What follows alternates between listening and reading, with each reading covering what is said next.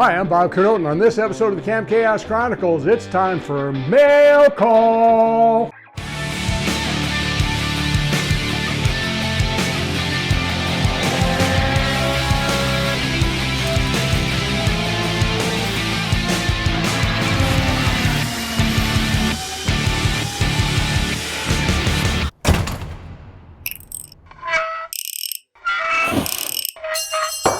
Dang it.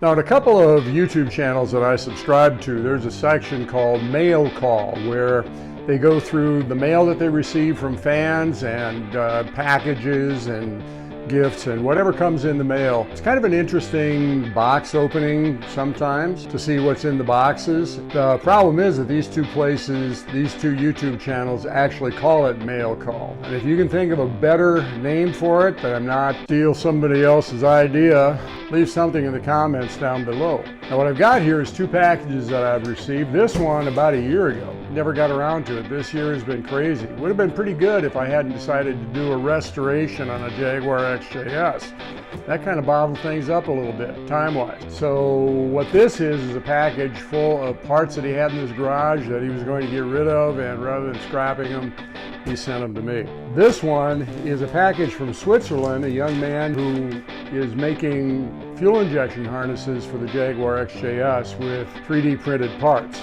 So that's going to be interesting to see. So what we're going to do here is start out in chronological order with this one right here. This first package is from a gentleman named William Irwin Stewart, aka Bill Stewart, from Washington, D.C. And as you can see here, ship date was 3rd of November 2023. Sorry about that, Bill. Things have been nuts around here. So let's see what we've got.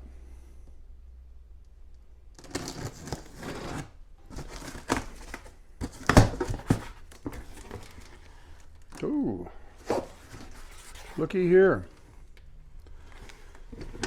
Okay, that's an auxiliary air tube that is in awesome condition.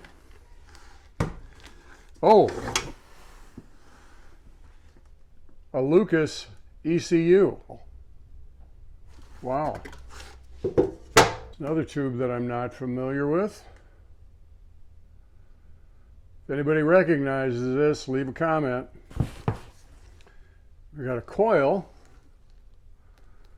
Wonder if it's one of those coils that you could replace both of the coils in a Lucas XJS. We'll check that out. And we got some MSD spark plug wires.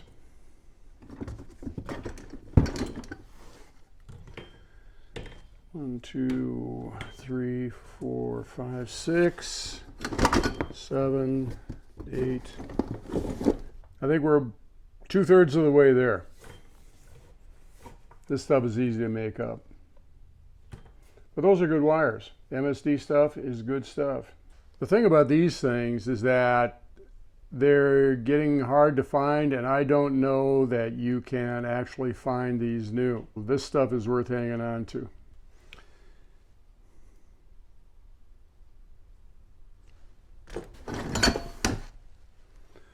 Balance tube connects between the two intake manifolds.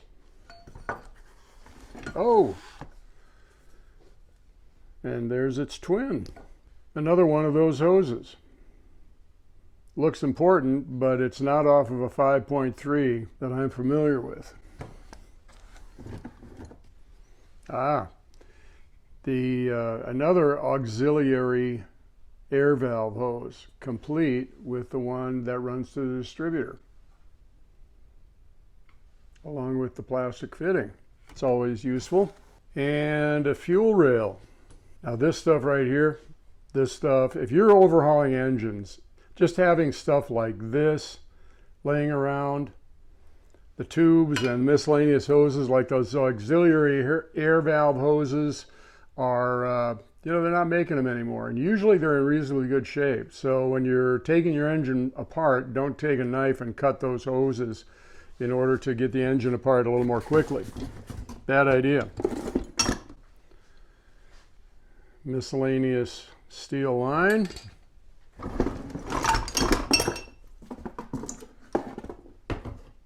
Another miscellaneous steel line.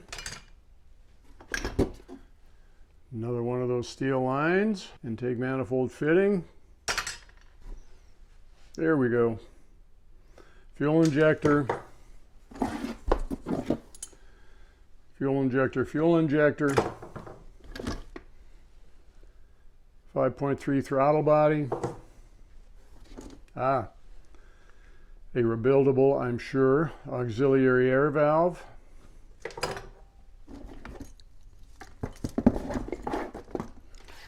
Another couple of fuel injectors. Another fuel injector. Now, these clamps, I love these clamps. What I do is I run these clamps through a vibratory tumbler with some ceramic media, and they come out just like new. There's very few of these that can't be reused. And the truth is, number one, they're original, but number two, these are much better, in my opinion, than the clamps that we have here in this country, where you've got all these little slots punched into a steel band.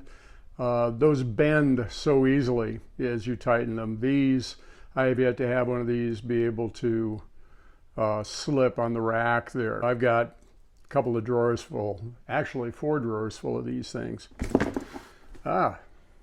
Another spark plug wire. We're getting closer to a full set. Another spark plug wire. Another throttle body. Lucas distributor. Now the vacuum advance capsule has been broken, but those you can either have rebuilt or buy them new.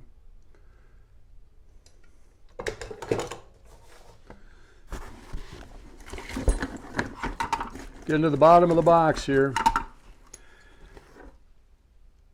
2 more fuel injectors. Not sure how many that makes at this point. 1, 2,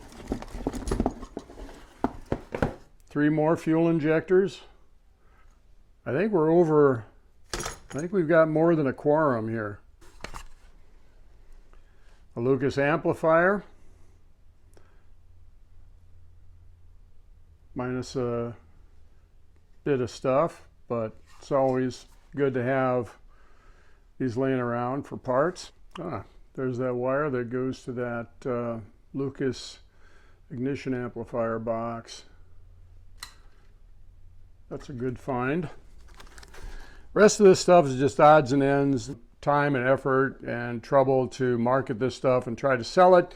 And the truth of the matter is it worth the effort or not? However, it's better to send this stuff to me than set it out with the trash on Monday morning. Some of this stuff is unusable, but you know what? That distributor, throttle bodies, the fuel injection rail, those auxiliary air valve tubes, and certainly that EFI ECU. I mean, this stuff is worth something to me at any rate. So instead of throwing this stuff out, I'll take it, I'll pay shipping. Like I said, better send it to me than to junk it. So Bill, thanks. This is great. This next package is from a man named Andreas Eert from Switzerland, I believe. And he works in the corporate aircraft maintenance industry and a Jag fan. And what he's done is he's provided me with a fuel injection harness for the Jaguar 5.3 liter V12 engine for me to review. Always happy to do that. So let's see what we got here.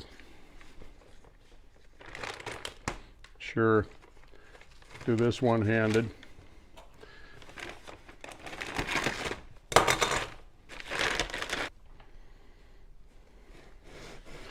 AE Engineering. That's a nice logo.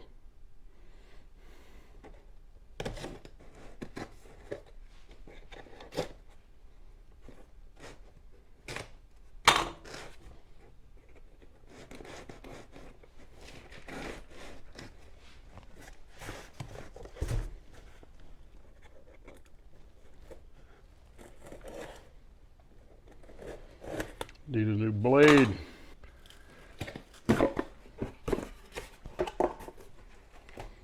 Wow, look at this. What a nice presentation. take a look at this first.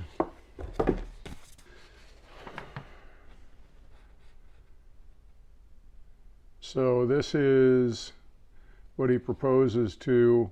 Now I'm not sure if he's begun selling these or not, but I'm thinking what this is a dry run of what he's going to include in the box. So he's got a description here, a wiring diagram,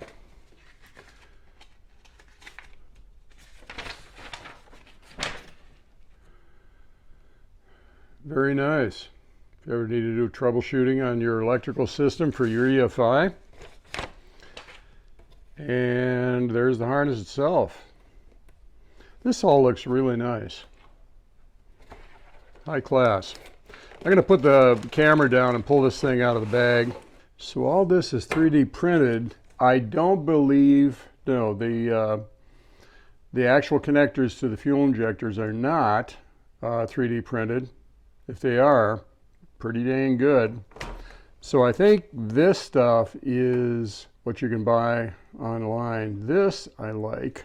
What this is a protector, which I assume is to prevent the terminals and the boss, and also that foam gasket down in the very bottom there that keeps this all dry. In fact, that's probably what this thing is for more than anything else, is to retain that gasket in the terminal. So what we got here is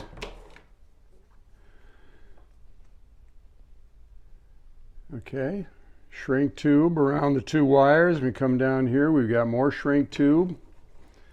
And we get down here, we've got a piece of heavy-duty shrink tube that seals in between the lengths of shrink tube. That all looks top-notch. This is really heavy-duty shrink tubing. Let's see if it takes a set if we bend it. Yeah, it does. And that would be helpful when it comes time to maneuver it around various components like the air pump and the air conditioning compressor and that sort of thing. So I like that. Nice label there. Andreas Eert Engineering.